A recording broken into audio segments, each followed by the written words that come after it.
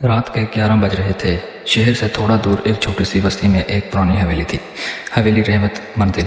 لوگ کہتے تھے کہ یہ حویلی منحوس ہے، لیکن اس بات کا ثبوت کسی کے پاس نہیں تھا، صرف افواہیں ہی افواہیں تھی۔ اسی بستی میں ایک 25 سال کا جرنلسٹ علی رہتا تھا۔ علی کو ہمیشہ سے مسٹیریس پسند تھی۔ اس نے سنا تھا کہ رحمت منزل میں کچھ تو ہے، کوئی راز، کوئی کہانی جو لوگوں نے چھپا رکھی ہے۔ ایک دن علی نے فیصلہ کیا کہ وہ اس حویلی کے راز سمجھے گا۔ وہ اپنے دوست سمیر کے ساتھ ایک رات حویلی میں گزارنے کا پلان بناتا ہے۔ علی اور سمیر رات کے اندھیرے میں ٹارچ اور کیمرہ لے کر حویلی کے اندر داخل ہوتے ہیں۔ دروازہ پرزور چیخ کر کھلتا ہے، جیسے وزندار سالوں کی تنہائی کا درد نکال رہا ہے۔ حویلی میں ہر چیز دھول سے بھری ہوتی ہے۔ دیوار پر پرانی تصویریں جس پر خون کے نشان جیسے لگتے ہیں۔ ہر کونے میں ہوا کا ایک اجنبی سا شور، جیسا کوئی ہمیشہ دیکھ رہا ہو۔ اچانک ایک کمرے میں انہیں ایک ڈائری ملتی ہے، جس میں لکھا ہوتا ہے، میں زلیخا ہوں۔ اگر کوئی یہ ڈائری پڑھ رہا ہے تو سمجھ لو کہ میں زندہ نہیں ہوں، لیکن میری موت کا حادثہ نہیں تھی، اسے کسی نے قتل کیا تھا۔ علی ڈائری کو ڈیٹیل میں پڑھتا ہے۔ زلیخا اس حویلی کی مالک رحمت علی کی بیٹی تھی۔ اس نے ڈائری میں لکھا کہ اس کی ماں کی موت بھی ایک راز تھی، اور اب وہ بھی کسی سازش کا شکار بن رہی تھی۔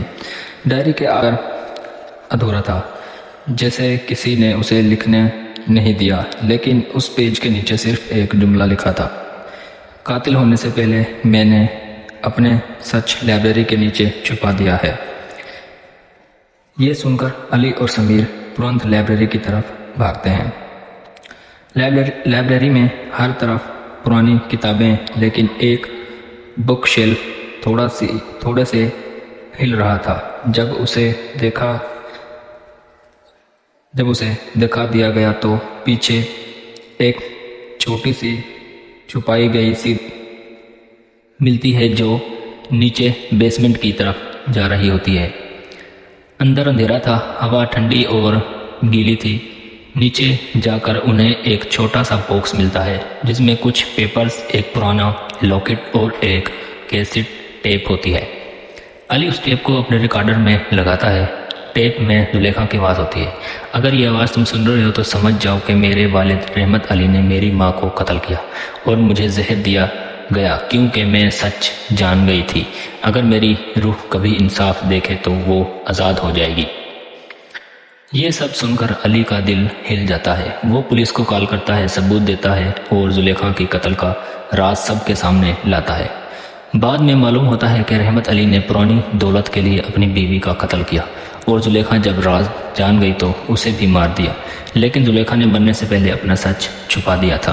علی کا آرٹیکل نیشنل نیوز میں چھپا، ایک پرانی حویلی، ایک خون اور ایک روح کا انصاف۔ اور جب لوگ دوبارہ حویلی گئے تو پہلی بار انہوں نے محسوس کیا کہ اب حویلی میں کوئی سناٹا نہیں، ایک سکون ہے۔